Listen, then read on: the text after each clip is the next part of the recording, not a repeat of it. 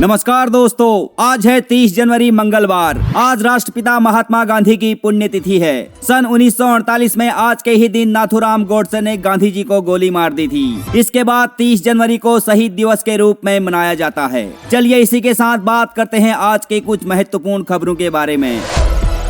मोदी सरकार किसानों को बड़ा तोहफा देने की तैयारी में है। सरकार पीएम किसान सम्मान निधि योजना के तहत मिलने वाली रकम को 50% बढ़ा सकती है। अभी इस योजना के तहत किसानों को सालाना 6,000 रुपए मिलते थे, जो बढ़कर 9,000 रुपए हो जाएंगे। ये घोषणा बजट 2024 में की जा सकती है। कल मोदी जी ने परीक्षा पर चर्चा कार्यक्रम के दौरान बोर्ड परीक्षा के विद्यार्थियों से बातचीत की। इस दौरान उन्होंने छात्रों को कई टिप्स दिए। साथ ही उन्होंने बच्चों से कहा कि रील देखने में अपना समय बर्बाद ना करें। चुनाव आयोग ने सोमवार को 15 राज्यों के 56 राज्यसभा सीटों के लिए चुनाव तारीखों का ऐलान कर दिया है। इसके लिए 27 फरवरी को वोट डाले जाएंगे। इस समय राज्यसभा में भाजपा सबसे बड़ी पार्टी है, लेकिन कांग्रेस, टीएमसी, आप और डीएमके भी अपनी स्थिति मजबूत करने की कोशिश करेंगे।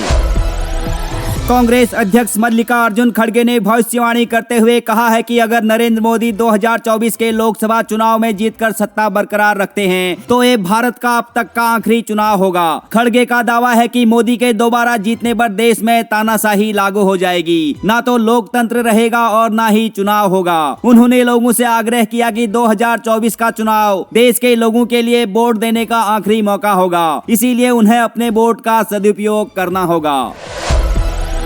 बिहार में नीतीश कुमार को एनडीए में लाने के साथ साथ मोदी जी ने 2 और राज्यों असम और जम्मू कश्मीर में भी इंडिया गठबंधन को तगड़ा झटका दे दिया है। असम में रविवार को कांग्रेस के करीब 150 कार्यकर्ता भाजपा में शामिल हो गए हैं। दूसरा झटका जम्मू कश्मीर में लगा है, जहां रविवार को ही पूर्व मुख्यमंत्री फारूक अब्दुल्ला की पार्टी नेशनल कांग्रेस के कई कद्दावर नेता भाजपा में शामिल हो गए हैं। केंद्रीय मंत्री शांतनु ठाकुर ने दावा किया है कि देश में 7 दिनों के अंदर नागरिक संशोधन अधिनियम यानी सीएए लागू हो जाएगा। इससे पहले गृह मंत्री अमित शाह ने कहा था कि सीएए को लागू होने से कोई नहीं रोक सकता है। राम मंदिर प्राण प्रतिष्ठा में शामिल हुए ऑल इंडिया इमाम ऑर्गेनाइजेशन के मुख्य इमाम डॉक्टर उमेर अहमद के खिलाफ फतवा जारी कर दिया गया है। फतवा जारी होने पर डॉक्टर उमेर ने कहा कि मैंने प्राण प्रतिष्ठा समारोह में शामिल होकर कोई अपराध नहीं किया है। मैं इसके लिए किसी भी हाल में माफी नहीं मांगूंगा। बिहार के पूर्व मुख्यमंत्री लालू यादव से सोमवार को पटना ईडी ऑफिस में पूछताछ की गई। लैंड फॉर जॉब घोटाला मामले में उनसे 10 घंटे तक लगातार पूछताछ की गई। ईडी के ऑफिस से बाहर निकलते हुए लालू प्रसाद ने कहा कि उन्होंने सभी सवालों का जवाब दे दिया है।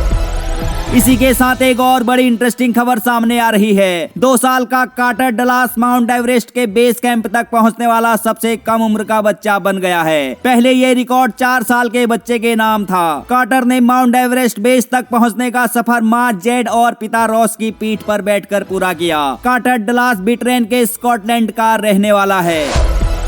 भारतीय नौसेना ने सोमालियन समुद्री डाकुओं के चंगुल से ईरानी मछुआरों को सुरक्षित रेस्क्यू कर लिया है।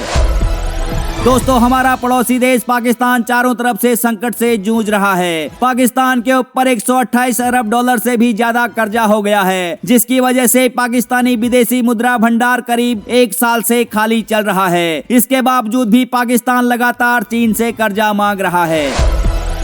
करीब 15 महीने बाद चीन आखिरकार भारत में नए राजदूत की नियुक्ति कर सकता है। ताजा रिपोर्ट के मुताबिक बीजिंग में नए राजदूत का चयन किया गया है, जिन्हें बहुत जल्दी भारत भेजा जा सकता है।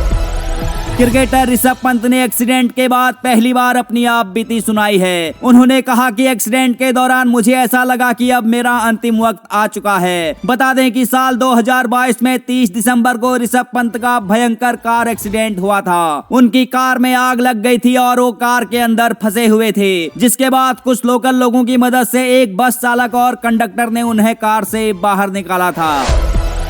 बिग बॉस में अभिषेक कुमार की हार के बाद यूट्यूबर अभिषेक मल्हान यानी फुकरा इंसान ने सलमान खान को बुरी तरह से ट्रोल किया है। उन्होंने सोशल मीडिया पर लिखा कि अभिषेक नाम वाला कोई भी बंदा सलमान खान के सामने नहीं जीत सकता है। आपको मालूम होगा कि सलमान खान की एक्स गर्लफ्रेंड ऐश्वर्या राय का पति अभिषेक बच्चन है। फुकरा इंसान ने इसी बात को मद्देनजर रखते हुए ये बात कही है। साउथ सुपरस्टार अल्लू अर्जुन की most awaited film Pushpa 2 the rule की रिलीज डेट कंफर्म हो गई है। फिल्म 15 अगस्त 2024 को रिलीज होने वाली है। पुष्पा द राइज के बाद से ही फैंस पुष्पा 2 का बेसब्री से इंतजार कर रहे थे। फिलहाल इस फिल्म की शूटिंग चल रही है। ऋतिक रोशन की फिल्म फाइटर ने 4 दिन में 100 करोड़ के क्लब में एंट्री कर ली है। ये फिल्म लोगों को बेहद पसंद आ रही है। व्हाट्सएप ने अपने यूजर को एक बड़ा झटका दिया है। कंपनी ने कहा है कि अब चैट बैकअप को गूगल ड्राइव में काउंट किया जाएगा। अगर आप व्हाट्सएप का इस्तेमाल करते हैं और गूगल ड्राइव में पहले से ही 15 GB फ्री स्टोरेज का इस्तेमाल कर रहे हैं तो आपको चैट बैकअप के लिए गूगल वन प्लान का सब्सक्रिप्शन लेना पड़ेगा। सुप्रीम कोर्ट ने 90 पदों पर भर्ती निकाली है। इच्छुक उम्मीदवार 15 फरवरी 2024 तक आवेदन कर सकते हैं। परीक्षा में शामिल होने के लिए उम्मीदवारों की आयु 20 से 32 वर्ष होनी चाहिए। परीक्षा 10 मार्च 2024 को आयोजित की जाएगी।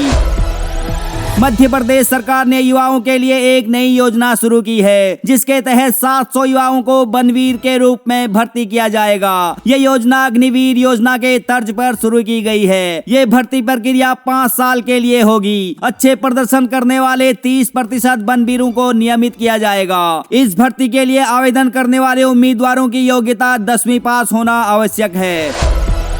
इसी के साथ उत्तराखंड हाई कोर्ट में भी ग्रुप सी के विभिन्न पदों पर भर्ती निकली है। इस भर्ती के लिए आवेदन करने वाले उम्मीदवारों को किसी मान्यता प्राप्त उच्च शिक्षा संस्थान से किसी भी विषय से ग्रेजुएट होना अनिवार्य है। साथ ही उम्मीदवारों को हिंदी इंग्लिश टाइपिंग आना जरूरी है। आवेदन करने की अंतिम तिथि 22 फरवरी 2022 है। भारत जोड़ो न्याय यात्रा पर निकले राहुल गांधी ने सोमवार को बिहार के अररिया में काली मंदिर में पूजा अर्चना की। उन्होंने मंदिर के पुजारी और मां काली के साधक नानूदा से आशीर्वाद लिया। राहुल गांधी ने मां काली से देश की तरक्की की कामना की। उन्होंने पूरे देशवासियों की सुख शांति और समृद्धि के लिए भी मन्नत मांगी है।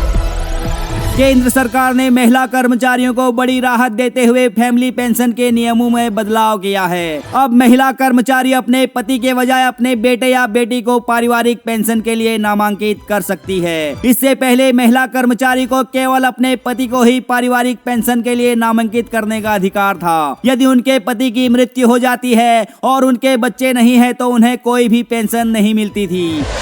तो दोस्तों, ये थे आज के कुछ मुख्य समाचार। अगर आपको वीडियो पसंद आई है तो लाइक कीजिएगा। मैं संतोष आर्या मिलता हूँ आपसे रात 8 बजे एक नई वीडियो के साथ। तब तक के लिए धन्यवाद।